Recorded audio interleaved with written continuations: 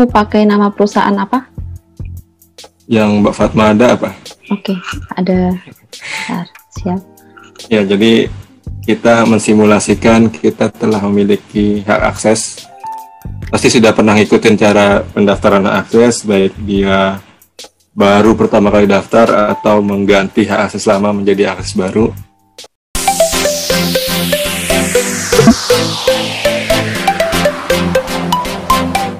Karena ini kan lanjutan ya. Kita coba mana tahu di sini kita lihat ada beberapa yang sifatnya improve dari yang sebelumnya. Tentu setelah login kita akan masuk ke tahapan ini.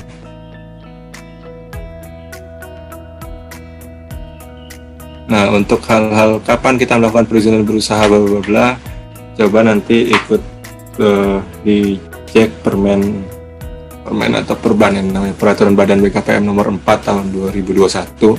Di situ ada peralihan yang perlu kita tegasin ya, karena peralihan itu hal yang sifatnya beda secara umumnya. Artinya bagi perusahaan yang telah memiliki perizinan berusaha namun belum efektif, dia nanti akan masuk lagi ke sini. Tentu datanya dimigrasi, tapi dia akan ada kewajiban untuk karena yang belum efektif itu dianggap belum ada, dia masuk ke sini untuk dia bisa menerbitkan sesuatu tadi. Terus bagi yang sudah memiliki perizinan berusaha dan masih berlaku, nanti data itu otomatis dimigrasi, artinya bisa langsung dipakai saja. Nah, bagi perusahaan yang telah memiliki perizinan berusaha tapi belum pernah masuk OSS sama sekali, nah itu wajib masuk OSS, ada di peraturan peralihan ya, nanti akan diterbitkan izin yang NIB-nya saja, izin yang masih berlaku tetap bisa dipakai. Oke, Mbak Fatma. Oke, kita coba ke mana? Mau langsung perizinan berusaha saja. Oke. Ya, satu siklus saja. Masuk sudah ada isian ini. Itu juga kenapa pengembangan. Kalau pengembangan pasti ada isian ini juga. Oke, ini kita mulai tambah bidang usaha ya, Pak? Ya. Oke, kita pilih bidang usaha. Ya, pilih bidang usaha. Oke, ini bedanya utama dan pendukung apa ya, Pak Helmi? Saya jadi tes kayaknya. Ya, enggak. Kalau di peraturannya memang untuk utama dan pendukung kena validasi risiko. Artinya utama itu yang benar-benar perusahaan melakukan atau mendapatkan profit atas kegiatan usaha itu. Kalau pendukung itu kegiatan usaha yang dia lakukan untuk menunjang kegiatan utamanya. Kalau kita contohkan, misalnya saya punya industri, lalu saya butuh pelabuhan untuk beli bahan bakunya, naruh dulu lewat pelabuhan itu, juga untuk mengirim hasil produksi saya. Nah, pendukungnya adalah pelabuhannya, utamanya adalah industri. Nah, apabila dia bukan pendukung, itu otomatis ketahan tuh. Kenapa? Karena pelabuhannya sifatnya single majority. Single purpose. Jadi dia tidak akan bisa kalau dia menunjang, artinya yang akan kita pegang adalah utamanya. Dia butuh itu hanya untuk kegiatan utamanya, artinya tidak ada pendapatan atas pelabuhannya tadi. Begitu juga misalnya saya butuh gudang untuk menyimpan tadi. Nah, gudangnya ini hanya untuk kegiatan utamanya, tidak boleh disewakan dan lain-lain. Begitu. Ini untuk KBLI-nya mau coba berapa, Pak? Yang sering aja, bebas sih, Mbak. Oke, mungkin kemarin itu kita KBLI apa ya? Rumah makan boleh? Rumah makan. Atau industri aja ya? Industri aja lah yang. Oke. Yang banyak kan. Yang kira-kira dapat MP.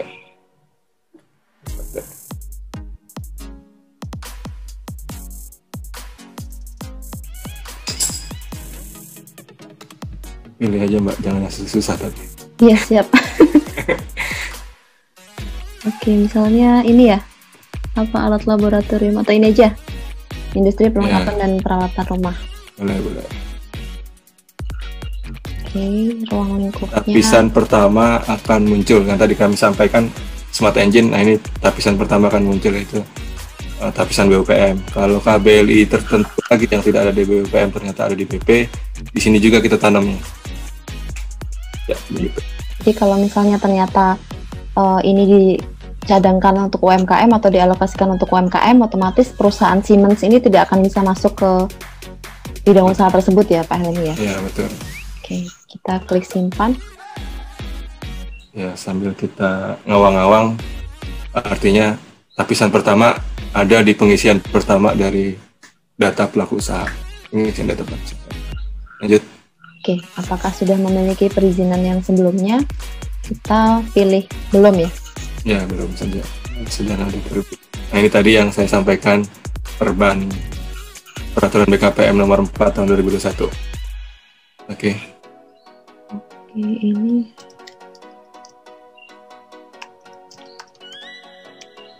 Saya nggak apa-apa ya, setiap isian ini ada maknanya, itu tadi saya sebutkan makna itu tadi. Nama usaha nanti akan dia pakai sebagai ya identitas dia, sehingga perlu diisikan nama usaha. ini untuk lokasi kegiatan. Kalau yang hutan harus ada izin pelepasan hutan nanti ya, persetujuan pelepasan hutan gitu ya Pak? Nah, Mbak mau nyobain hutan atau nggak? Kalau hutan nanti Mbak akan cobain dari mulai OPD, PTSP, Kementerian LHK-nya 2, Diser sama itu, PTSP juga 2, plus rumah BKPM. Kepanjangan nggak? Oke, kita coba daratan dulu ya. Darat aja. Darat aja. Oke, luas lahan karena ini industri. Ini kita bikin 10.000 meter ya. Oke, untuk penguasaan lahan, ini dipilih sudah atau belum Pak? Belum saja. Belum. Kalau sudah, coba intip dulu ya Pak, boleh ya? Oke. Boleh. Nanti diminta statusnya, nanti diisi. Kalau dia sudah bilang punya, nanti dia harus diisi. Diisi sertifikatnya ya? Iya, sama pejabat. Oke, rencana status lahan ini kita milik sendiri, misal. Apakah memerlukan bangunan? Karena ini tadi mau bangun pabrik, iya. Sudah ada bangunan, ini coba belum ya Pak? Atau? Ya, belum. Oke. Belum aja. Nah, ini kirim sebenarnya ke SIM BG, tapi poin sekarang ini kita dengan SIM BG bukan menjadi yang menghalangi perizinan berusahanya, beda dengan 1.1, jadi tetap jalan, tapi sistemnya, kewajiban itu tetap akan ada.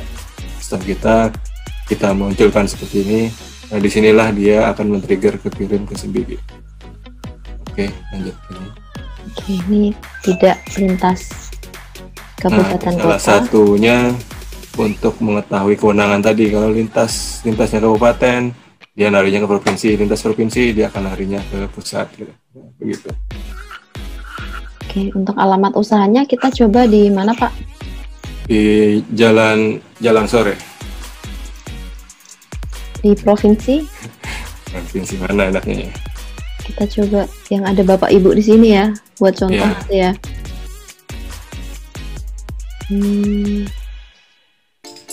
Kita coba di Bengkulu Pak. Boleh. Oke. Bengkulu. Kabupaten atau kota Bengkulu.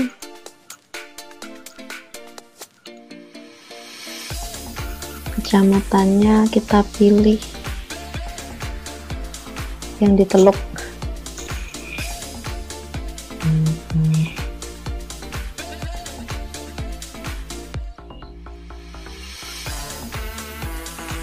Untuk tipe gambar ini kegunaannya apa ya Pak? Nah, ini kan kita terintegrasi dengan Gistaru, artinya penentuan peta digitalnya itu harus sifatnya poligon, artinya lebih dari satu titik. Nah, bisa satu titik kalau dia di kawasan, artinya karena sudah punya peta itu, jadi titik pun aman dan bisa. Nah, kalau itu kenapa dia isinya poligon, karena kerjasama kita dimintakan poligon. Bagi yang sudah punya file SHP bisa langsung diuploadkan. Bila enggak, kita coba gambar di sini. Ini gambarnya diklik, terus kita bikin persegi gitu ya? Iya. Nah sebenarnya di sini nanti di kenyataan nanti ada nomor legenda. Legenda itu nanti ada gambar apa warna-warna tertentu yang kalau Bapak mau pilih misalnya persawahan dari Bapak industri, ya lebih baik tidak dipilih lah langsung. Daripada nanti, ini kan akan ketahan juga dia, otomatis nggak bisa next kira-kira gitu. Nah, ini saat ini belum kita mencoba. Kalau ini Pak, terkait rencana pembangunan dan pengembangan objek vital nasional? Itu ada di PP 5 ya Pak, jadi kalau dia ada keistimewaan kalau dia masuk sebagai objek vital nasional. Kalau dia pilih iya, nanti harus ada yang di-upload bukti bahwa ditunjuk sebagai itu. Ini cek RDTR ya, karena saya pilih Ya. tidak ya. Jadi RDTR untuk Kota Bengkulu belum tersedia gitu ya Pak maksudnya ya? Iya betul. Oke. Data digital. Apakah tanah lokasi usaha diperlukan untuk perluasan usaha? Nah ini sesuai Ini overlappingnya ya, tidak. Hmm. Ini juga untuk apakah tanah sudah dikuasai oleh pelaku usaha lain? Kita jawab misalnya tidak ya. Iya. Oke, ini untuk rencana teknis bangunan. Nah ini sebenarnya kalau ada bisa dimasukkan, kalau enggak bisa di skip. Kalau dikosongkan tetap bisa lanjut ya? Tetap bisa. Oke, cukup. Ini untuk rencana bangunan, misal kita butuh 2. Bangunan yang pertama ini lantainya 2. Luasnya karena tadi 10.000 ya, ini 1.000 misalnya untuk perkantoran. Kemudian untuk produksi kita buat 1 lantai 8.000. Oke, nah ini untuk data investasi ya. Ya betul, data investasi. Oke, nomor tangan tanah.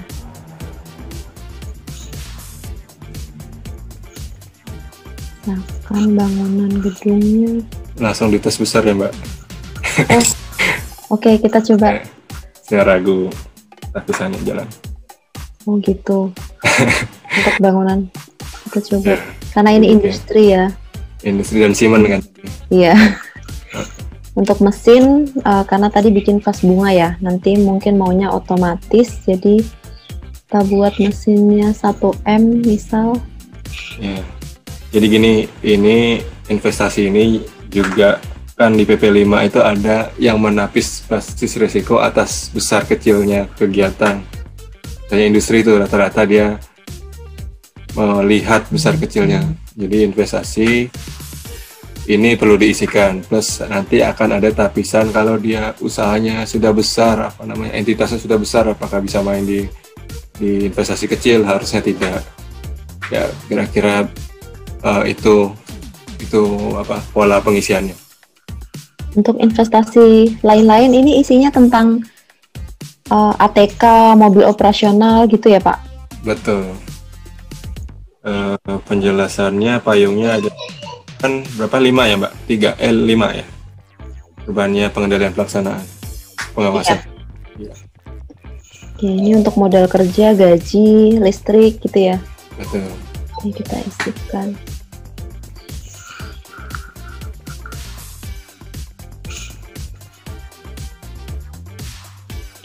Ini kita, nah ini ya yang membedakan satu-satu dengan RBA ya Pak ya, sebenarnya Ya, validasi betul. risiko ini ya. Ada validasi risiko yang menyebabkan produknya pun berbeda, persyaratannya berbeda.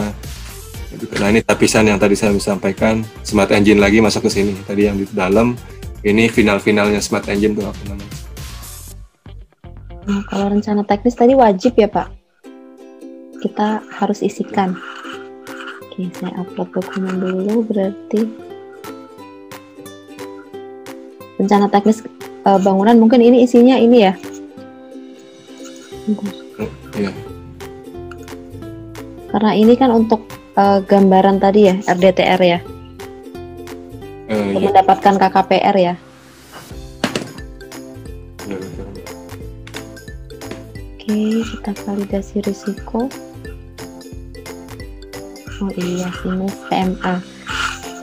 Nah, ini yang kemarin Pak Husan jelaskan Bapak dan Ibu, bahwa PMA itu minimal 10 miliar untuk satu titik lokasi. Sehingga ketika saya di sini isi 3,8 termasuk tanah dan bangunan, jadi tidak bisa lanjut ya, Pak Helmi ya? Betul, selanjutnya jalan berarti. Oke, berarti kita di sini tambahin jadi 3M, mesinnya jadi 5M. Kemudian impornya oke, modal kerjanya kita buat 3M. Kebanyakan 300 juta aja. Boleh lah, yang penting di atas 10M. Oke, ini 1,5 ya, masih kurang.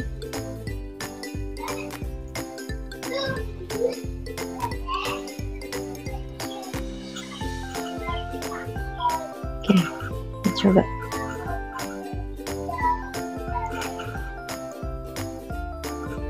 Nah, ini tadi tanamannya kita tadi, tanaman. Ya, itu tadi berdasarkan PP5, meningkat tingkat risikonya adalah menengah tinggi. Berarti nanti kita akan dapatkan produk NIB, SS belum terverifikasi dulu, nanti kita next sampai ke kewenangan. Oke, siap. Nah, ini untuk deskripsinya, karena saya PMA, milihnya PMA. Ya, ada deskripsi ini, kenapa sih ada deskripsi lagi? Saya kan sudah tahu BPMA bla-bla. Jadi poinnya ini ada di PP5. Parameter PP5 itu di lampiran itu ada salah satunya untuk penentuan kewenangan PMA. Tadinya kita mau nantinya improvementnya adalah sesuatu yang sudah diisi akan dinilai sendiri di deskripsi ini oleh sistem. Cuman kemarin ya sambil jalan sambil pengembangan ada hal-hal yang sifatnya nggak ada diisikan oleh pelaku usaha, misalnya kayak penangkapan ikan itu GT kan, GT-nya. Nah itu harus dipilih akhirnya karena kita butuh ini jalan, kita munculkan kriteria diskusi kegiatan usaha itu sesuai PP5 untuk mendapatkan kewenangan. Sebenarnya ini karena PMA ya Pak, jadi pilihannya hanya PMA. Kalau PMDN sebenarnya pilihannya ada yang lintas kabupaten kota atau kabupaten kota gitu ya? Iya itu. Skalanya kecil atau apa gitu harus diisikan. Ini untuk jangka waktu perkiraan ini subjektif dari pelaku usaha kan ya Pak? Subjektif dari pelaku usaha. Dan kira-kira kapan siap? Ini kan isiannya memang trust sifatnya, cuman trustnya sekarang ini ada verified-nya juga. Apalagi DMT kayak gini nanti kan akan ditinjau juga dia kalau kelamaan. Kira-kira begitulah.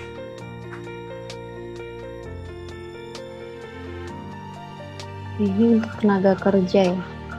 Iya. Kalau untuk daftar produk atau jasa ini kapasitas ya Pak? Betul, kapasitas produk yang dihasilkan.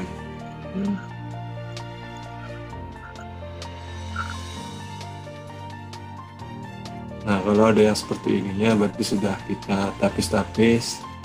Ada tujuan untuk fasilitasnya nanti ada beberapa yang sifatnya akan dapat fasilitas baru. Kalau misalnya tidak ada, karena tadi vas bunga boleh klik lainnya gitu ya. Terus kita tulis di sini ya. Ya.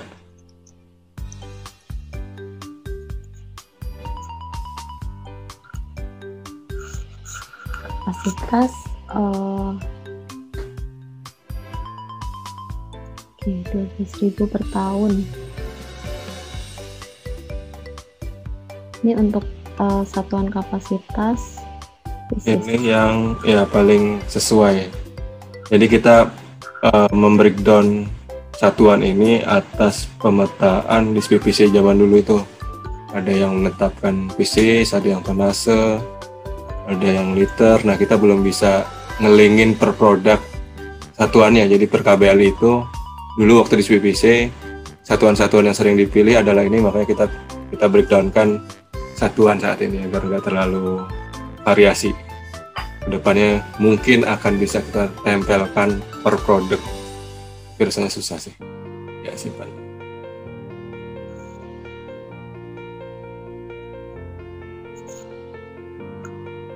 Oke, ini sudah berarti selesai ya Pak? Ya selesai.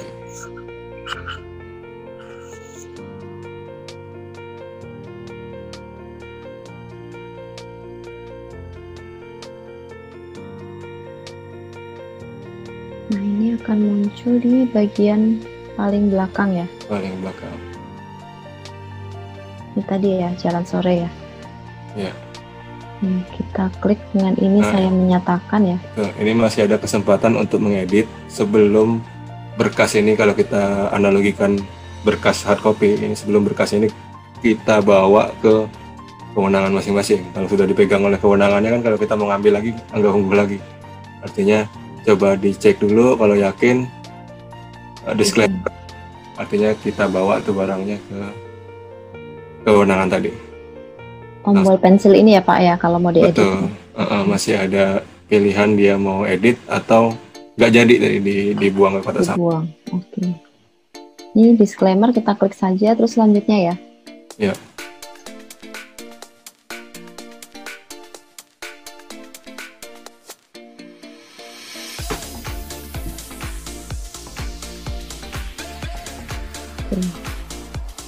Tadi sini ya. Ya, betul. Oh, dia ini ya. Nggak di bypass ya?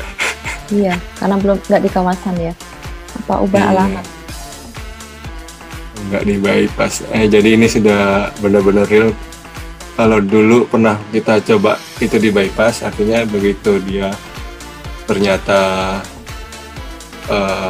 butuh verifikasi dari TR-nya, ya artinya akan ada protect dulu, pertimbangan teknis dulu, udah kelar semua baru bisa mengajukan permohonan perizinan berusaha. Tadi yang kami sampaikan di paparan, sifatnya persyaratan dasar itu harus kelar dulu, baru melakukan pemenuhan persyaratan perizinan berusahanya.